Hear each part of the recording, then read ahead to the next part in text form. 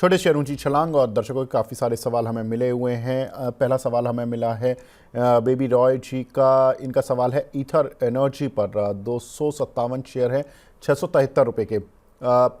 Mahesh sir, कैसे देख रहे हो आप ईथर एनर्जी को?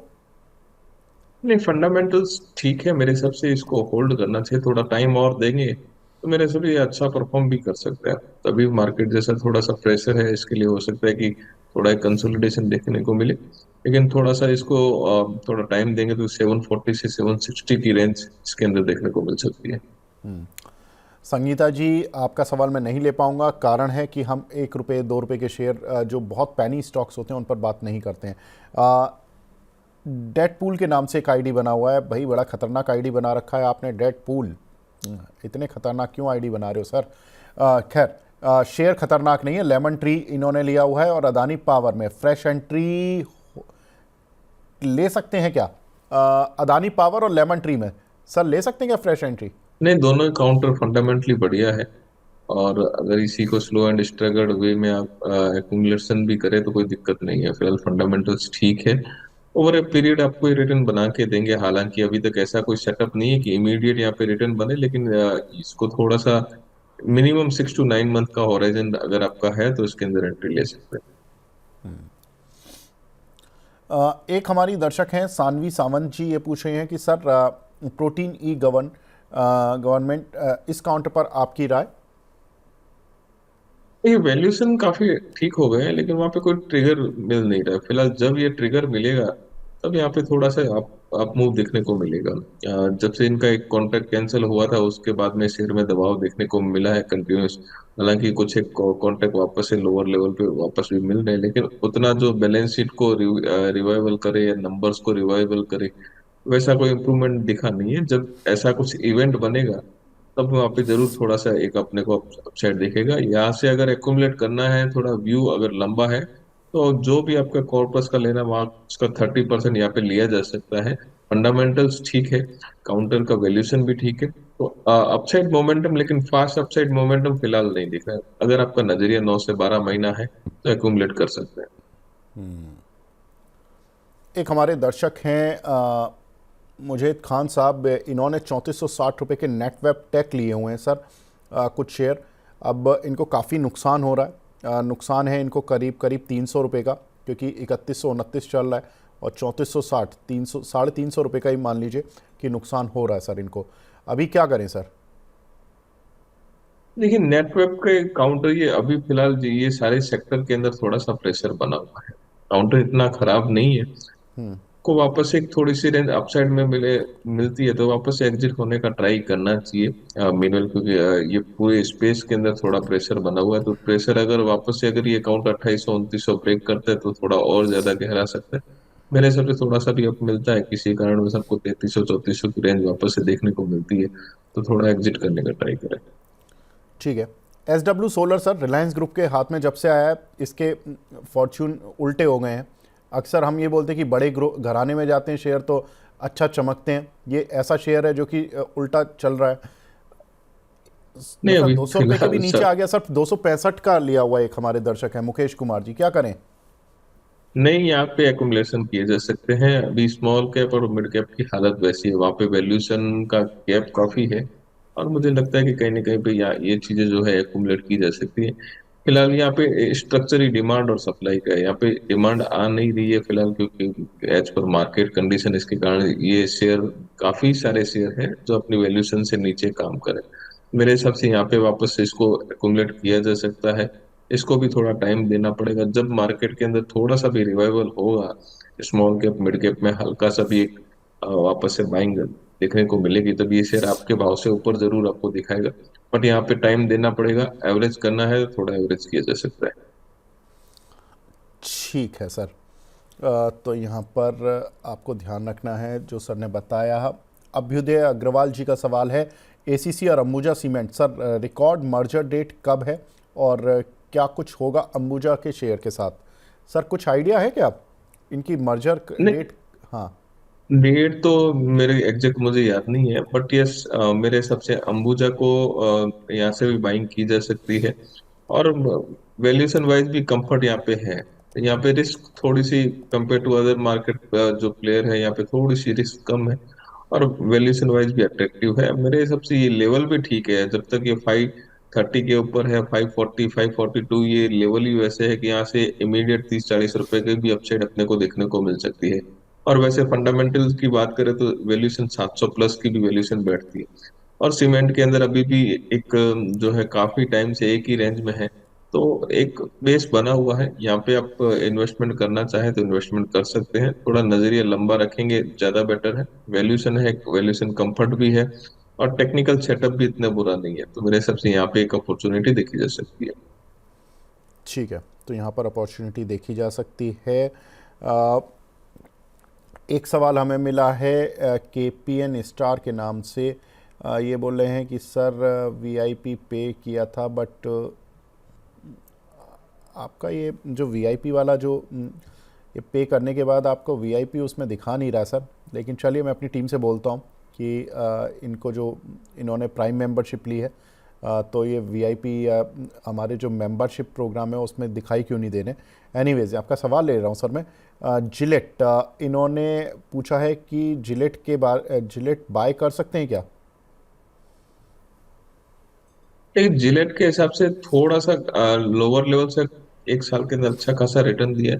थोड़ा अगर और कूल डाउन होता है नियर बाई, अगर 7,500 7,600, वहां पे और इसको ऐड किया जा सकता है। यहाँ पे डेफिनेटली ऐड कर सकते हैं, थोड़ा और डिप मिलता है जैसे कि मार्केट प्रेशर है किसी कारण उस वापस से और डिप मिलता है, डेफिनेटली है इसको ऐड कर सकते हैं। टारगेट 10,500 से 11,000, ये रेंज में वापस एग्जिट कभी भी मिलता है तो आप वापस से एग्जिट कर सकते हैं, ये लेवल ध्यान में रखें।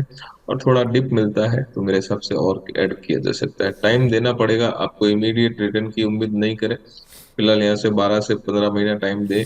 और स्टॉक्स काफी बढ़िया है और रिटर्न मिलने की उम्मीद जो है, प्रोबेबिलिटी हाई है। बिल्कुल ठीक है। ये बता रहे हैं कि सर मैं एक एनवेलप स्ट्रैटेजी पर काम करता हूँ, जिसमें कि बाय करता हूँ 200 मूविंग एवरेज के 14% पर। जब वो नीचे होती है तो वहाँ पर बाय करता हूँ, और 200 डे मूविंग एवरेज के जब 14% ऊपर होता है तो मैं सेल करता हूँ। ठीक है सर, आपका अपना एक सबका अपना एक अलग अलग स्टाइल होता है ट्रेड करने का। आगे बढ़ते हैं। अली जेबा जी का सवाल है, सर इंडियन होटल्स 750 रुपये के लिए हुए हैं, इस काउंटर पर आपकी राय? डेफिनेटली रहा है यहाँ पे एक फंडामेंटल्स व्यू ठीक है मेरे हिसाब से। यहाँ पे अगर किसी को एक्यूमुलेट करना है, थोड़ा सा लंबा नजरिया रखना पड़ेगा, क्योंकि ये बीटन डाउन अपने लेवल से थोड़ा सा ब्रेक कर चुका है। तो वैसे कोई फंडामेंटल चेंजेस हुए नहीं है, लेकिन यहाँ के इंडियन होटल, माफ कीजिएगा, आपकी चैनल ने शायद इंफा बता दिया। तो जी। इंडियन होटल के अंदर मेरे हिसाब से ये लेवल में बाइंग की जा सकती है, बट आपको नजरिया थोड़ा लंबा पड़ना पड़ेगा।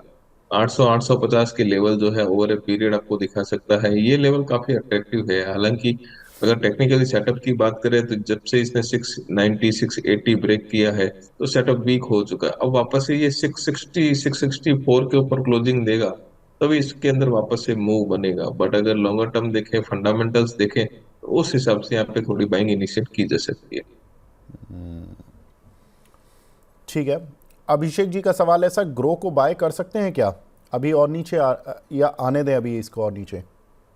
ये थोड़ा और डिप अगर आता है, कारण कि मार्केट की सिचुएशन उतनी अट्रैक्टिव नहीं है, और डे बाय डे मार्केट के अंदर वॉल्यूम जो है थोड़े से कम हो रहे हैं, तो सारे कैपिटल मार्केट प्लेयर के अंदर उतना एंथुजियाज्म नहीं है, तो थोड़ा और अगर डिप मिलता है तो वहां पे जरूर वापस से बाइंग की जा सकती है। हालांकि ओवरऑल व्यू जो है वो पॉजिटिव है। अगर आपको बाइंग करनी है तो 30% कर लीजिए, थोड़ा और डिप आता है 140 से 145 या 150 की रेंज, ये रेंज दिखती है तो मेरे सबसे बेटर बाई हो सकती है। एक हमारे दर्शक हैं, वो पूछ रहे हैं सर, आशीष सक्सेना जी, डूडला डेयरी पर सर 1448 की बाइंग है, लॉस हो रहा है, क्या करें इसमें? वेट कर सकती हैं क्या? डेफिनेटली और ऐड करना है तो ऐड कर सकते हैं, फंडामेंटल्स काफी बढ़िया है काउंटर के। और ये एक सेगमेंट ऐसा है जहाँ पे आपको सदाबहार सेगमेंट है, तो मेरे हिसाब से कंपनी के नंबर्स भी ठीक ठाक ही आ रहे हैं और फंडामेंटल्स भी ठीक है। जब ये चलेगा तो ये वापस से आपको आराम से रेंज दिखा सकता है, तो यहाँ पे थोड़ा टाइम दीजिए, और एक्यूमुलेट करना है थोड़ा और एक्यूमुलेट कर सकते हैं। ठीक है। किशोर पुरोहित जी हैं सर, के ई सी एल पर पूछ रहे हैं, 106 रुपये की बाइंग एवरेज है इस काउंटर पर, आपकी राय सर? किर्लोस्कर इलेक्ट्रिक। अब जी। यहाँ पे थोड़ा सा ये काउंटर जो है मेरे हिसाब से साल भर में 200 से वापस से नीचे आते आते काफी डिप आ गया है। तो यहाँ पे ये काउंटर के अंदर ट्रिगर जो है, नया ट्रिगर अभी तक कुछ मिला नहीं है, लेकिन ये लेवल जो है बाइंग का लेवल ठीक है।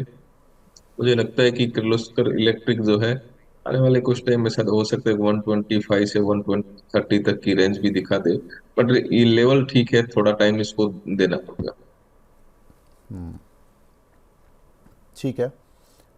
एक हमारे दर्शक हैं रामेश्वर लाल जी, ये पूछ रहे हैं सर, रिलायंस पावर 39 रुपये के लिए हुए हैं, इस और जियो फाइनेंस 305 के लिए हुए हैं। एक ने इन्होंने सर दोनों भाइयों के शेयर लिए हुए हैं, एक मुकेश अंबानी जी का, एक अनिल अंबानी जी का। किसी को नाराज़ नहीं कर रही है। रिलायंस पावर 39 का, जियो फाइनेंस 305 का, और ये भी हाई वैल्यू पर है। दोनों में क्या करें सर? देखिए, रिलायंस पावर की जहां तक बात करें, नंबर्स तो काफी इंप्रूव हुए बैलेंस शीट के, लेकिन अगर इनके जो कंप्लायंस इश्यूज है और बाकी सारी जो चीजें अभी भी चल रही है, जब तक क्लियरिटी नहीं आता है तब तक इसके अंदर कोई बड़े निवेशक भी हाथ नहीं डालेंगे। हालांकि वैल्यूएशन वाइज देखेंगे तो भी ठीक है।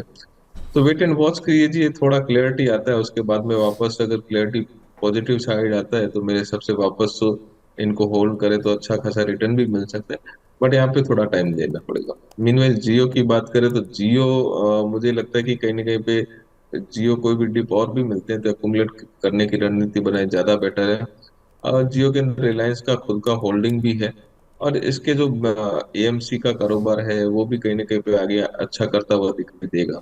यहाँ पे टाइम देना पड़ेगा, जैसे जैसे इनके बिजनेस एक्सपांड होंगे और ये जैसे ये इंडस्ट्री के काफी सारे वर्टिकल को एक ब्रेक भी कर देते हैं, काफी सारे एग्रेसिव भी रणनीति बनाते हैं। थोड़ा टाइम दीजिए, जियो फाइनेंशियल में ध्यान तेजी का बना हुआ है, और लंबी अवधि के हिसाब से इसको एकुमुलेट यहाँ से भी किया जा सकता है। ठीक है सर। आगे बढ़ते हैं। अगला सवाल हमें मिला है यहाँ पर,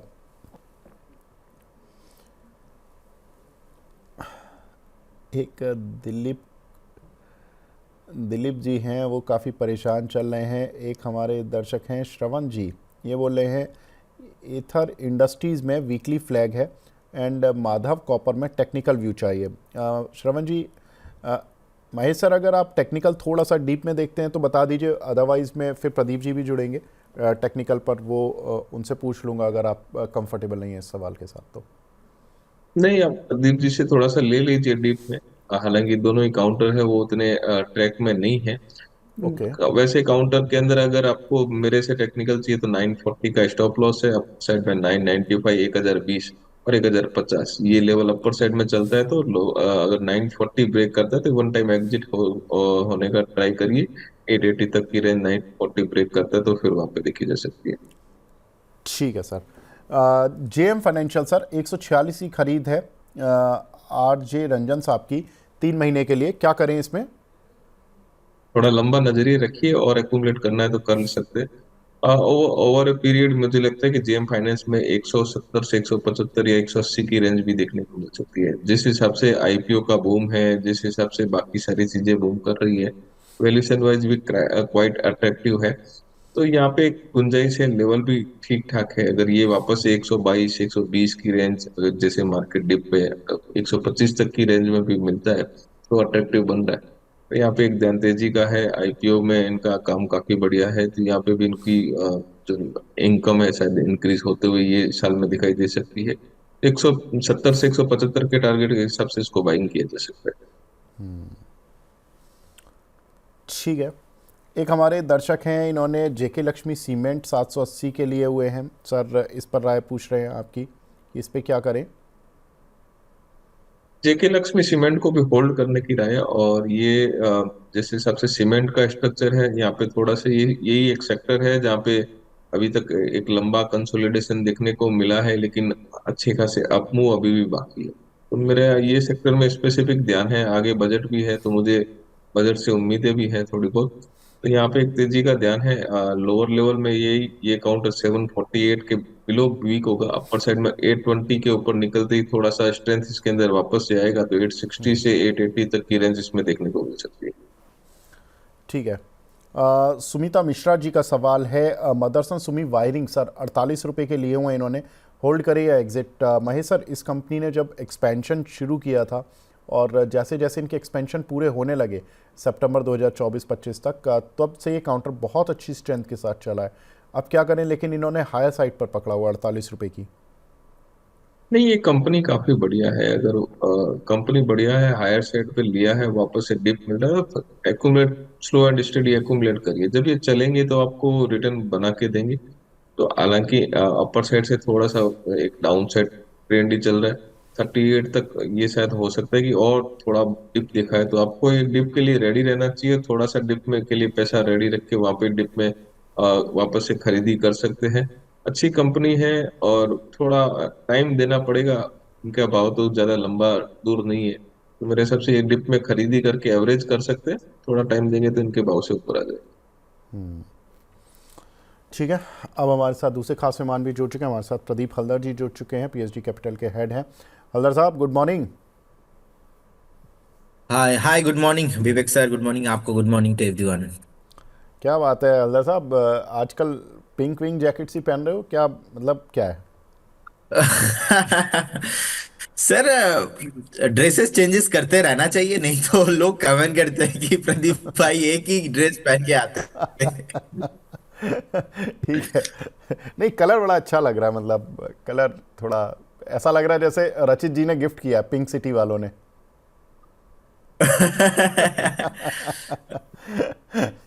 चलिए। पॉलिटिशियन वाले लुक में आ गए भाई साहब। बिल्कुल ठीक बात है। महेश सर, महेश सर, आपकी कोई टॉपिक है क्या? आप तो रिजल्ट सीजन में काफ़ी अच्छे से सर शेयर्स को ट्रैक करते हो। आपकी कोई टॉपिक? देखिए, अभी भी रिजल्ट के बाद में भी, अच्छे रिजल्ट के बाद में भी आप देख रहे हैं कि थोड़ी सी पिटाई हो रही है, लेकिन फिर भी सैगिलिटी एक काउंटर है जो रिजल्ट के हिसाब से भी है और बाकी सारी चीजों के हिसाब से स्मॉल कैप, वहां पे थोड़ा सा तेजी का ध्यान बना हुआ 52-53 की रेंज में अभी भी देखने को मिल रहा है। एक 47 का स्टॉप लॉस लगा के इसके अंदर ट्रेड किया जा सकता है। 55, 57, 60 के टारगेट के हिसाब से शायद हो सकता है कि short term, longer term target 75 से 80 की रेंज है। इसका ओएफएस भी लोअर लेवल में आया था, उसका भी ऑब्जर्व हो गया। उसके बाद में काउंटर ने धीरे धीरे स्लो एंड स्टडी स्ट्रेंथ बताई है, तो ये काउंटर में थोड़ा ध्यान तेजी का बना हुआ है, और मेरे हिसाब से ये काउंटर के अंदर भी ध्यान रखा जा सकता है। दूसरे दो एक काउंटर है जहाँ पे नंबर्स ऑलरेडी आ चुके हैं, पॉलीकैब है, परसिस्टेंट है, ये दो काउंटर ऑलरेडी नंबर आ चुके हैं। अब तो यहाँ पे दो ट्रैक कर रहे हैं, ये काउंटर थोड़े से पॉजिटिव और लग रहा है, तो कोई भी डिप मिलता है तो ये काउंटर में थोड़ा सा ध्यान रख के कर सकते हैं लॉन्गर टर्म के हिसाब से। ठीक है। तो सेजिलिटी और परसिस्टेंट सिस्टम जैसे काउंटर्स पर आप बैट लगा सकते हैं। सेजिलिटी में सर ने बताया कि यहाँ पर 47 का स्टॉप लॉस लगा के 55, 60, 70 तक के भी लेवल्स आपको देखने के लिए मिल सकते हैं। ठीक है महेश सर, सेजिलिटी खरीदने की राय है, कृपया करके इसको बेचे ना लिखें, बाय वाला इसमें वो बनाए। और 57, 60 और करीब करीब 70 तक के भी टारगेट्स इस काउंटर पर देखने के लिए मिल सकते हैं। तो ये राय रही यहाँ पर सेजिलिटी पर। एक बार ग्राफिक्स ठीक से देख लीजिए, 57-60 रुपये तक के टारगेट इस काउंटर पर देखने के लिए मिल सकते हैं। ठीक है Mahesh sir, thank you so much for joining in sir, आज जुड़ने के लिए, अपना कीमती समय देने के लिए थैंक यू सर।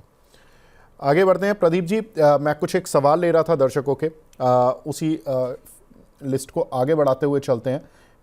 एक हमारे दर्शक हैं, ये एथर इंडस्ट्रीज पर पूछ रहे थे, वीकली फ्लैग है क्या इस पर? देखिए, बेसिकली ऊपर से थोड़ा हल्का हुआ है, बट अभी फ्लैग फॉर्मेशन इसको कंफर्म नहीं मानेंगे, क्योंकि ज्यादा टाइम नहीं हुआ है। लिस्टिंग जून जुलाई में लिस्टिंग हुआ था, ज्यादा चार्ट भी डेटा भी अवेलेबल है नहीं, एक तरफा इंक्रीज हो रहा था। अभी फ्लैग पैटर्न बनेंगे, अगर फिर से ये ना 700 के ऊपर सस्टेन करता है तो फिर एक कंफर्मेशन होगा। लेकिन अभी जिस तरीके से सपोर्ट लिया है कल भी 587 के आसपास, मुझे लगता है कि एक बार ना आप स्ट्रिक्टली स्टॉप लॉस उसके नीचे वाला जो कैंडल है, जिन्होंने भी पूछा है, 540 के आसपास आपको मेंटेन करना चाहिए। तो 540 में एक स्टॉप लॉस मेंटेन कीजिए और बने रहिए, और 650 के ऊपर क्लोजिंग होना बहुत इंपॉर्टेंट रहेगा। 650 660 का रेंज इंपॉर्टेंट लेवल है, इसके ऊपर क्लोजिंग होने पे फिर से मोमेंटम पकड़ लेंगे। ठीक है सर। तो यहाँ पर ईथर इंडस्ट्री एक शेयर है माधव कॉपर, इसमें टेक्निकल व्यू और चाहिए इनको, श्रवण जी को। देखिए माधव कॉपर, हाँ कल भी आई थिंक किसी ने पूछा था, तो इसमें ना ज्यादा वॉल्यूम नहीं आता। एंड कंटिन्यूअसली मैं देख रहा हूँ अपर सर्किट लोअर सर्किट वाला सिचुएशन यहाँ पे है। ड्यू टू लो वॉल्यूम मुझे लगता है कि एक बार इग्नोर करना चाहिए। 91 के आसपास का प्राइस है। कुछ भी आपको मौका मिले, अपॉर्चुनिटी मिले, एक बार एग्जिट होके जाइए। ठीक है। एक हमारे दर्शक हैं मोहम्मद रफ़ीक साहब, ये पूछ रहे हैं, पहले तो गुड मॉर्निंग रफ़ीक साहब, और इनका सवाल है अदानी एनर्जी सॉल्यूशन, एटीजीएल और अदानी ग्रीन 3 से 4 महीने के लिए क्या टारगेट रखें? तीनों के रिजल्ट हैं प्रदीप भाई, इसमें से 2 के रिजल्ट हैं एटीजीएल और अदानी एनर्जी सॉल्यूशन के आज, और अदानी ग्रीन के रिजल्ट हैं कल। क्या करें सर, 3 से 4 महीने ये रखना चाहते हैं? देखिए एक चीज तो क्लियर है, आप देखेंगे 20 फरवरी 2023 से 23 से आज तक स्टॉक एक रेंज के अंदर ही फंसा हुआ है। तो कितना बार रिजल्ट आया है, रिएक्शन ज्यादा पॉजिटिव हुआ नहीं है। लेकिन मुझे लगता है कि इस रेंज के ऊपर ब्रेकआउट होना बहुत इंपॉर्टेंट है। जिस दिन ये स्टॉक फिर से अपने 1200 1250 के ऊपर क्लोजिंग मिलेगा ना, सीधा सीधा आपको अगेन आपको 2000 2200 2300 तक आपको मिलेंगे। लेकिन प्रैक्टिकली देखा जाए तो ऑलरेडी लास्ट 2 साल से कंसोलिडेशन रेंज के अंदर फंसा हुआ है। तो मुझे लगता है कि आप बने रहिए, लेकिन नेक्स्ट 4-6 महीना यहाँ पे कुछ पॉसिबल होगा भी नहीं। I am so confuse because last 2-3 साल से कुछ नहीं हो रहा है। तो एक बार वेट करना बेटर रहेगा। अगर आपके पास पोजीशन नहीं है तो आप बने रहिए पोजीशन में, और पोजीशन बना भी सकते हो। मैं पॉजिटिव हूँ इसमें ओवर द लॉन्ग टाइम, लेकिन ये 4 महीने में ऊपर जाएगा इसका कोई गारंटी नहीं है। तो उस हिसाब से आप व्यू लीजिए, बने रहने का सलाह होगा। और सेकेंड आपने बताया Adani ATGL, Adani total gas 540 के रेंज पे कारोबार हो रहा है, कंसोलिडेशन रेंज के अंदर है। और मुझे लगता है कि स्ट्रिक्टली स्टॉप लॉस आपको 500 पे मेंटेन करना चाहिए। 508 505 के आसपास एक स्ट्रॉन्ग सपोर्ट है। आप यहाँ पे एक स्टॉप लॉस मेंटेन कीजिए, बने रहिए। डाउन ट्रेंड है, पुल बैक आना थोड़ा मुश्किल लग रहा है अभी भी, क्योंकि ये 2-1% ऊपर आना अदानी ग्रुप में ये नॉर्मल सा मैटर है। 2% नीचे 2% ऊपर। और अदानी ग्रीन एनर्जी 900 के आसपास का भी प्राइस चल रहा है। मुझे लगता है कि होल्ड ही उनको करना चाहिए। एक बार आपको 850 840 तक भी मिल सकता है। लेकिन व्यू ओवरऑल आपका लॉन्ग टर्म रखना चाहिए, शॉर्ट टर्म में कुछ नहीं होने वाला। मतलब नेक्स्ट 2029 2028 तक आपको व्यू रखना पड़ेगा। मतलब नेक्स्ट 2 से 3 साल का व्यू लेके चलना पड़ेगा ओवरऑल ग्रुप में। ठीक है सर, बिल्कुल ठीक है। एक हमारे दर्शक हैं काना करके, उनका आईडी कुछ बना हुआ है, एचडीएफसी बैंक में, ये पूछ रहे हैं कि सर क्या करें, बाय कर सकते हैं क्या इन लेवल्स पर अब? देखिए एचडीएफसी बैंक मुझे लगता है कि जिस तरीके से नीचे एक बार आया आया है, प्रोमिनेंट बैंक है, प्राइवेट बैंक है। और डेफिनेटली आप एक स्टैगर मैनर पे बाई करना स्टार्ट कीजिए ना। 916 आसपास चल रहा है लगातार, हमने देखा 1000 के ऊपर भी आया था, सस्टेन नहीं हुआ, नीचे आ रहा है। रिसेंटली हमने बाई कॉल भी दिया है एचडीएफसी बैंक पे। मुझे लगता है कि एक स्टैगर मैनर पे स्टार्ट कीजिए आप बाई करना। 916 चल रहा है, थोड़ा बाई कीजिए। 900 पे और थोड़ा एक्यूमुलेशन कीजिए, क्योंकि एचडीएफसी बैंक में मैं कोई ट्रेडिंग कॉल दूंगा नहीं। एज ए वैल्यू इन्वेस्टिंग अगर आप करना चाहते हो और व्यू अगर 1.5 से 2 साल का है, डेफिनेटली आपको बाई करना चाहिए। महफूज मंसूरी जी का सवाल है, आप पहले तो बिग फैन हैं ये, और रेमंड में 1048 की बाइंग है इनकी और काफ़ी लॉस हो रहा है सर, इस काउंटर पर आपकी राय? रेमंड अभी हाँ जी। 381 के आसपास का प्राइस चल रहा है। इनफैक्ट कंटिन्यूअसली चार्ट में एक वीकनेस है। मैं बोलूंगा हर एक उछाल में बेचने का प्लान कीजिए, क्योंकि जिस तरीके से स्टॉक ब्रेकडाउन आया है, आई डोंट थिंक जब तक इस स्टॉक ना 450 460 ब्रेक करेगा यहाँ पे कुछ ज्यादा पुल बैक मुझे नहीं दिखाई दे रहा है। तो 460 के ऊपर यहाँ पे पॉजिटिव रहेगा। बाकी तो अभी अगर आपके पास है, उछाल में एग्जिट होने का ही प्लान रहेगा। ठीक है सर। मनोज कुमार बनवाल जी का सवाल है, पहले तो नमस्कार मनोज सर, और इनका सवाल है बिरला सॉफ्ट, सिरका पेंट और ओरिएंट सीमेंट, इन पर क्या करें, क्या टारगेट और स्टॉप लॉस रखें सर? बिरला सॉफ्ट, सिरका पेंट और ओरिएंट सीमेंट। देखिए बिरला सॉफ्ट अभी 414 के आसपास का प्राइस चल रहा है एंड लगातार एक डाउन ट्रेंड में था। रिसेंटली एक बेस फॉर्मेशन हुआ है। इनफैक्ट चार्ट में एक डबल बॉटम भी है, और डबल टॉप के बाद थोड़ा बहुत फिर से नेगेटिव प्रेशर दिखाई दे रहा है। आज थोड़ा 1.6% ऊपर है। होल्ड करने का सलाह रहेगा। 380 का स्टॉप लॉस मेंटेन कीजिए, बने रहिए। 437 क्रॉस करने के बाद आपको फिर से ऊपर आते हुए दिखाई देंगे। ओके, सिरका पेंट अभी 477 के आसपास का प्राइस है। 440 पे स्ट्रिक्टली स्टॉप लॉस, क्योंकि उससे पहले ये भी रेजिस्टेंस के तौर पे काम कर रहा था, वही रेजिस्टेंस अभी सपोर्ट के तौर पे काम करेंगे। बने रहिए, अगेन आपको एक बार 515 520 के आसपास प्राइस मिलेंगे। 520 क्रॉस करने के बाद आपको 680 तक भी प्राइस मिल सकता है, लेकिन फ्रेश बाई करने का सलाह नहीं रहेगा। जिनके पास पोजीशन है एग्जिस्टिंग, आप बने रहिए। ओके, सेकेंड स्टॉक आपने बताया ओरिएंट सीमेंट, अभी 166 के आसपास का प्राइस चल रहा है। स्ट्रिक्टली स्टॉप लॉस 151 में मेंटेन कीजिए एंड बने रहने का सलाह होगा। कंटिन्यूअसली एक डाउन ट्रेंड में है and bearish flag pattern formation यहाँ पे हुआ है। जिस तरीके से बियरिश फ्लैग पैटर्न यहाँ पे हुआ है, अगर 151 ब्रेक करता है और भी नीचे जाता हुआ मैं देख रहा हूँ, क्योंकि सीमेंट सेक्टर में लगातार थोड़ा बहुत बाइंग मैं रिसेंटली देखा हूँ। ओवरऑल जो लार्ज कैप मिड कैप है वहाँ पे दिखाई दे रहा है, तो इसीलिए छोटे छोटे कंपनीज में भी पॉसिबल है एक बार बाउंस आना। लेकिन अगर आपको सीमेंट पे ही रहना है, मुझे लगता है कि अंबुजा सीमेंट गुड है, अल्ट्राटेक लीडर है, अल्ट्राटेक के साथ जाइए, वैल्यूएशन में कंफर्ट है, तो ओरिएंट को अभी अवॉइड करने का ही सलाह रहेगा। ठीक है। सुमिता मिश्रा जी पूछ रही हैं, सर मदरसन सुमी वायरिंग, उन्होंने एक फंडामेंटल व्यू तो ले लिया था महेश सर से, लेकिन एक टेक्निकल व्यू प्रदीप जी आपसे भी लेना चाहती हैं। 48 रुपये का लिया हुआ है, इस काउंटर को होल्ड करें या एग्जिट? मुझे लगता है कि आप ना एक बार वेट करके जाइए, जैसे ही 47 48 के आसपास आपका बाइंग कॉस्ट टू कॉस्ट आता है, आपको एग्जिट करना है। क्योंकि मैं ज़्यादा अभी इसमें पॉजिटिव हूँ नहीं। स्टॉक भागेगा 57 56 के ऊपर अगर क्लोजिंग मिलता है, देन इसमें कुछ मोमेंटम पॉसिबल है। और क्योंकि आपका बाइंग के आसपास ही है, 47 48 का बाइंग है, तो 44 आज का भी हाई था 45, तो एक बार वेट करके जाइए, कॉस्ट टू कॉस्ट एक बार बेच के अदर स्टॉक्स लाइक पीएसयू में शिफ्ट हो जाइए, या तो टायर्स में भी ब्रेकआउट आ रहा है कुछ स्टॉक्स में, तो ऐसे करके कुछ अपने जो है मनी को शिफ्ट कीजिए आप। एक सवाल हमें मिला है पर्ल मखीजा साहब का, डालमिया भारत और एमसीएक्स पर, इस पर क्या करें सर? देखिए, बेसिकली डालमिया भारत अगर हम देखेंगे, अभी 2180 के आसपास का प्राइस चल रहा है। मैं बोलूंगा आप वेट कीजिए, यहाँ पे एक स्ट्राइगर मैनर पे आप बाई करने का भी सलाह रहेगा। व्यू इसमें पॉजिटिव ही है, शॉर्ट टर्म में अच्छा खासा बेस फॉर्मेशन हुआ है। फिर से यहाँ पे थोड़ा बहुत मोमेंटम देखने को मिला था, अब थोड़ा बहुत प्रॉफिट बुकिंग दिखाई दे रहा है आज, लेकिन this is just a healthy correction, इसमें घबराने जैसा कोई बात है ही नहीं, बिल्कुल प्रदीप बने जी, रहिए। जी, इस पर एक्चुअली आज रिसर्च हाउसेस की भी राय आई हैं। मैं वो भी चलवा देता हूँ, आप अपनी बात कंप्लीट कर लीजिए, क्योंकि इस पर बाय रिपोर्ट्स आई हैं सिटी की और एचएसबीसी की। जी जी सर बताएं। जी, मैं इसमें पॉजिटिव ही हूं, जैसा कि मैं बोल रहा था कि इसमें घबराने जैसा कोई बात है नहीं। तो मुझे लगता है कि जिस तरीके से शॉर्ट टर्म में थोड़ा बहुत चला था, this is just normal normal है, हेल्दी करेक्शंस, तो कुछ प्रॉब्लम है ही नहीं। अगेन आपको स्टॉक 2350 का रहेगा पहला टारगेट, एंड 2350 के ऊपर सस्टेन करने में आपको 2700 एंड अबव भी आपको प्राइस आते हुए दिखाई देंगे, तो कोई प्रॉब्लम नहीं। मैं तो ऑल टाइम हाई जाता हुआ देख रहा हूँ, कोई इसमें इशू नहीं। होल्ड करने का सलाह, इनफैक्ट फ्रेश बाई करने का भी सलाह रहेगा। एमसीएक्स में सर थोड़ा बहुत जो प्रॉफिट बुकिंग हो रहा है, ये जस्ट नॉर्मल है, होना भी चाहिए, क्योंकि जिस तरीके से हमने देखा गोल्ड सिल्वर हिंद, मतलब एक तरफा कमोडिटी में रैली, और उसका पूरा बेनिफिट एमसीएक्स उठा लिया था, और लगातार जिस तरीके से 1400 1500 के बाद ब्रेकआउट देने के बाद लगातार भाग के 2600 के आसपास चला गया था, तो एक बार प्रॉफिट बुकिंग यहाँ पे बनता ही है।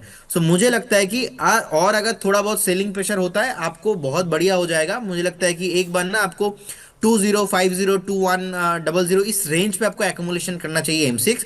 बाकी जिनके पास लॉन्ग टर्म के लिए है, बने रहिए। और डालमिया भारत सर मेरे तरफ से बाई कॉल है, मुझे लगता है कि इजीली 2700 के आसपास का टारगेट आपको मिलेंगे।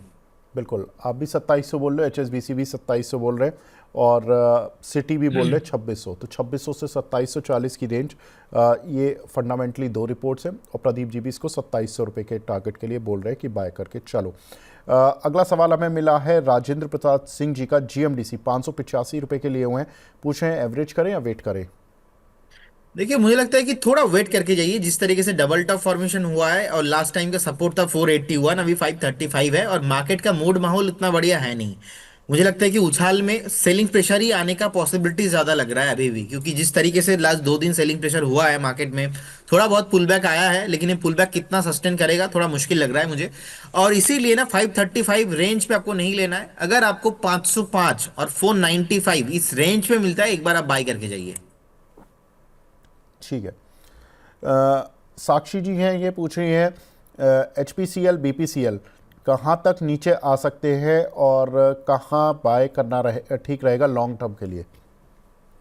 देखिए बीपीसीएल अभी 355 के आसपास का प्राइस है, और जितने भी ओएमसीज है, और मुझे लगता है कि यहाँ पे एक धीमे धीमे फिर से बाइंग लौट रहा है। रिसेंटली बीपीसीएल में ब्रेकआउट आया था, ब्रेकआउट फेल होके फिर से प्रॉफिट बुकिंग देखने को मिला। अगेन एक पुल बैक देखने को मिल रहा है। मेरे हिसाब से तो आपको बने रहना चाहिए, फ्रेश बाय भी करना चाहिए। 200 जो मूविंग एवरेज प्राइस है ऑलमोस्ट 334 335 के रेंज पे है। सो मुझे लगता है कि आप 200 डीएमए को एक स्ट्रिक्टली स्टॉप लॉस मेंटेन कीजिए और बने रहिए। अगेन आपको 480 एंड हिंदुस्तान पेट्रोलियम एचपीसीएल 425 के आसपास का प्राइस है। थोड़ा और आपको नीचे आते हुए दिखेंगे।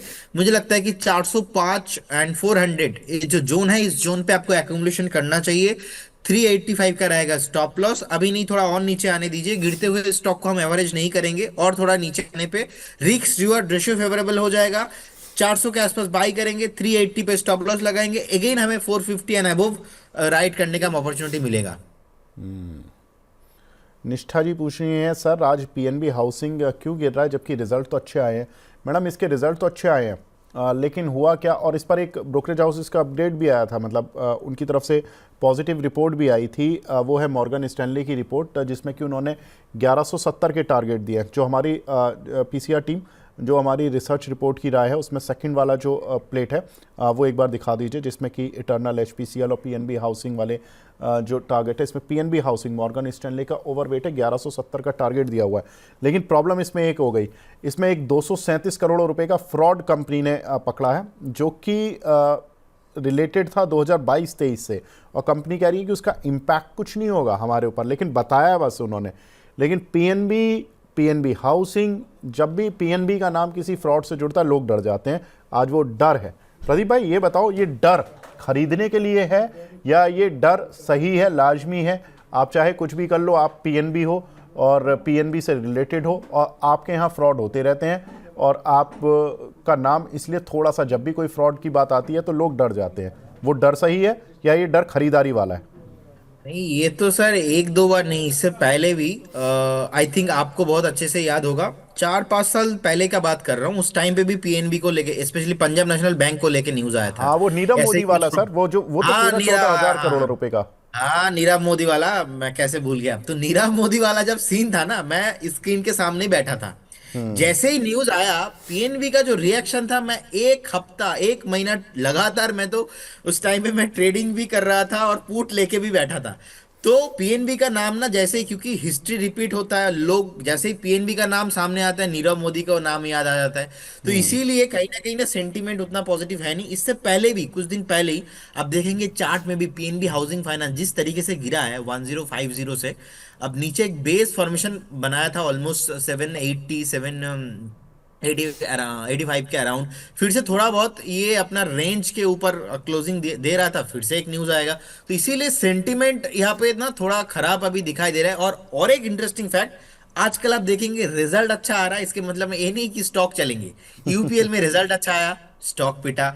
कल तो एयू बैंक का रिजल्ट अच्छा आया, देखिए फिर से टॉप से नीचे आया। अब पीएनबी हाउसिंग में रिजल्ट अच्छा आया, तो फिर क्या है, फिर से स्टॉक ही नीचे आ रहा है। फिलहाल इसके साथ तो न्यूज और अलग है। लेकिन ये फ्रॉड वाला केस ना, लोग मतलब मुझे लगता है कि इन्वेस्टर जो है बहुत सीरियसली लेते हैं। सो मुझे लगता है कि बाइंग अपॉर्चुनिटी आपको ढूंढना नहीं चाहिए, क्योंकि बहुत हाई बीटा काउंटर है पीएनबी हाउसिंग फाइनेंस। एक बार वेट करने का सलाह रहेगा। अगर 750 760 तक आता है तो एक बार हम एक बार रिव्यू करेंगे। लेकिन अभी तो देखिए ऑलमोस्ट 9.5% नीचे है। तो इसीलिए मेरे को हिम्मत नहीं हो रहा अभी यहाँ पे फ्रेश बाय करना। मेरे को लगता है कि नहीं करना चाहिए। और पीएनबी हाउसिंग फाइनेंस पर्टिकुलर ऐसा स्टॉक है, हमने लास्ट में भी देखा था, मतलब लोअर सर्किट में भी लगने का हाई पॉसिबिलिटीज रहता है। तो 10% नीचे है और 5% नीचे गिर सकता है। तो आज भी लोअर सर्किट है 837, ठीक है, 837 पे लोअर सर्किट है, 845 चल रहा है। तो मैं बोलूंगा एक बार वेट कर लीजिए, लेकिन फ्रेश बाय मत कीजिए।